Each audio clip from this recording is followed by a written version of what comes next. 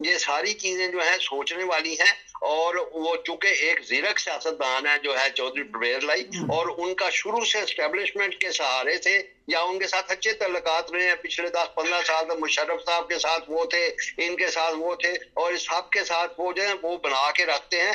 اور ابھی بھی جو پنڈی میں جا کے انہوں نے ملاقات کی ہے, شنید یہی ہے کہ انہوں نے اہم شخصیت سے ملاقات کی ہے.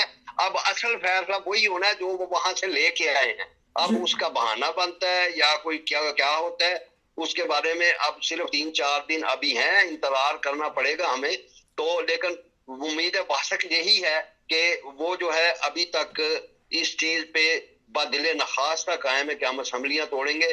اندر سے وہ جو ہے وہ کوئی نہ کوئی طریقہ ڈھونڈ رہے ہیں کہ ہمیں یہ نہ کرنا پڑے. کہتے ہیں کہ اسمبلیاں نہیں ٹوٹیں گی, جو مرضی کر لیں. اندر کی بات کہتے ہیں کہ اسمبلیاں نہیں ٹوٹیں گی. یہ ایک انہوں نے چھوڑا ہے, شوشہ چھوڑا ہے تاکہ کچھ نہ کچھ ڈرایا دھمکایا جائے. آپ کا کیا خیال ہے؟ ہاں, اصل بات یہ کہ جس نے توڑنی ہوتی ہے تو وہ طریقے نہیں دیتا ہے. وہ جب اس نے تقریر کی تھی وہ کہتا ہے جی ہم اسمبلیاں توڑ رہے ہیں. وہ جو آگے تاریخیں دے رہے ہیں اس سے یہی معلوم ہوتا ہے کہ وہ چاہتے ہیں کہ کچھ نہ کچھ بیچ کا راستہ جو ہے نکل جائے, اور نکل آنے کے بعد جو ہے ان کی بھی فیس سیونگ ہو جائے اور کوئی نہ کوئی پیچ اپ جو ہے ہو جائے. لیکن اصل مسئلہ یہ ہے کہ پیچ اپ کرنے کے جو طریقے ہیں وہ غلط ہیں. جنہوں نے پیچ اپ کروانا ہے یہ اس ادارے کے خلاف ہی اپنی زبان درازی کرتے ہیں, تو وہ پھر امکان بہت کم رہ جاتا ہے کہ وہ جو ہے پیچ اپ کوئی ہو.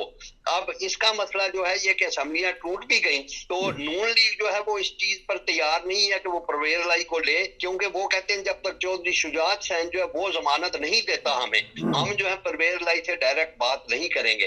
اب اصل بات جو ہے نون لیگ کی حمایت کی یا پرویز لائی کی وہ اٹکی ہوئی ہے چودھری شجاعت حسین کے. اس نے ابھی تک جو ہے نون لیگ کو اوکے نہیں دیا ہے. اب دیکھیں اگلے 3-4 دن میں اگر چودھری شجاعت حسین جو ہے نون لیگ کو اوکے دے دیتا ہے تو پھر امید باسک ہے یہ پرویز لائی جو ہے یہ اسمبلیاں نہیں توڑے گا, اور اس کی بجائے جو ہے وہ نون لیگ سے مل کر جو ہے وہ اس کو ووٹ آف کانفیڈنس یا دوبارہ منتخب کر لیں گے اگر پی ٹی آئی نے استعفے دے دیے تو. ایک سوال میں کرتا ہوں, آپ سوچ لیجئے گا. خاتون اول عمران خان کہتے ہیں کہ ان کو بیچ میں کیوں لے کے آیا جاتا ہے سیاست میں. وہ تو گھریلو عورت ہیں, لیکن جب گھریلو عورت کی باتیں نکل آتی ہیں باہر, فون کال ریکارڈ ہو جاتی ہیں, چلیں ریکارڈ کرنے والے بھی غلط کرتے ہیں, وہ تو سراسر انوالو ہو رہی ہیں بیچ میں, ہدایات دے رہی ہیں. اس بارے میں ایک سوال دیجیے گا. لیکن میں ناظرین کو یہ بھی بتا دوں کہ عمران خان کو موشن کش اس لیے کہا جاتا ہے. وجیہ الدین صاحب, ایس ایم اکبر صاحب, جہانگیر ترین, علیم خان اور اس طرح دوسرے, حامد خان, یہ بڑے بڑے انہوں نے پائے کے سیاستدان یا پائے کے دماغ یا مدبر مفکر تھے یہ لوگ. ان کو اپنے سے پیچھے ہٹا لیا ہے کیونکہ عمران خان کی زبان ہی یہاں تک وہ ان کو لے آئی ہے کہ عدالتوں میں بھی وہ چکر کھا رہے ہیں.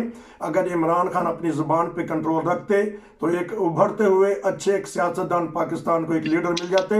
ہاں جی بتائیے گا, خاتون اول کی بات وہ کہتے ہیں کہ کیوں لے کے آتے ہیں, تو وہ تو توشہ خانہ میں اوپن بات ہو گئی ہے کہ لاکھوں کروڑوں اربوں کا مال آ گیا ان کے گھر. ہاں جی, یہ بات ہے کہ یہ ویسے اب ان لوگوں کا یہ موقف غلط ہے, اس لیے کہ آپ برطانیہ میں بھی دیکھیں, آپ کسی سرکاری دفتر میں ٹیلی فون کرتے ہیں تو وہ پہلے آپ کو بتاتے ہیں کہ جی یہ کال ریکارڈ ہوگی. تو سرکاری دفاتر یا سرکاری جو بھی ہیں, وزیر اعظم کی رہائش گاہ بھی سرکاری ہے اور وزیر اعظم بھی سرکاری ہے, تو اس لیے ان کی جو بھی گفتگو ہوتی ہے اس کی ریکارڈنگ کوئی یہاں وہاں پاکستان کے قانون کا تو مجھے پتہ نہیں, لیکن یہاں جرمنی, یہاں جو ہے یورپ میں یا یہاں انگلینڈ میں تو یہ کوئی جرم نہیں ہے, بلکہ وہ سیکیورٹی کے پیش نظر وہ کہتے ہیں کہ ہم یہ کال ضرور ریکارڈ کریں گے. تو اگر دوسری بات یہ ہے کہ جو لوگ ہیں وہ سیانے, وہ لوگ کہتے ہیں کہ بھائی اگر لوگ اعتراض کرتے ہیں تم وہ کام ہی نہ کرو. تو اگر لوگوں کو اعتراض آ رہا ہے تو یہ جو ہے یہ ان چکروں میں پڑتے ہی نہ دیور لیتا, نہ کوئی لیتا, چپ کر کے سادگی سے زندگی گزارتا اور وہاں سے وزیر اعظم سے نکل آتا, کوئی بھی اس کے بارے میں بات نہیں کرتا. بس میں اس سے زیادہ کوئی اور تبصرہ نہیں اس بات پہ کرنا چاہتا, تو چونکہ ابھی مجھے کہیں اور جانا ہے اس لیے میرا ٹائم بھی ہو گیا. میں آپ سے معذرت بھی چاہتا ہوں, میں آپ جا رہا ہوں, مجھے نیچے سے شاید ابھی کال آ جائے. ٹھیک ہے, بہت بہت شکریہ آپ کا. یہ تھے ہمارے عبدالباسط صاحب لندن سے, ایک تبصرہ کر رہے تھے نئی صورتحال پہ. دیکھتے ہیں کہ ناظرین 23 تاریخ تک کیسے کیسے حالات بدلتے ہیں. عمران خان صاحب کہاں کہاں یو ٹرن لیتے ہیں, یو ٹرن کے لیے مشہور ہیں. نصیر کو اجازت دیجیے, السلام علیکم.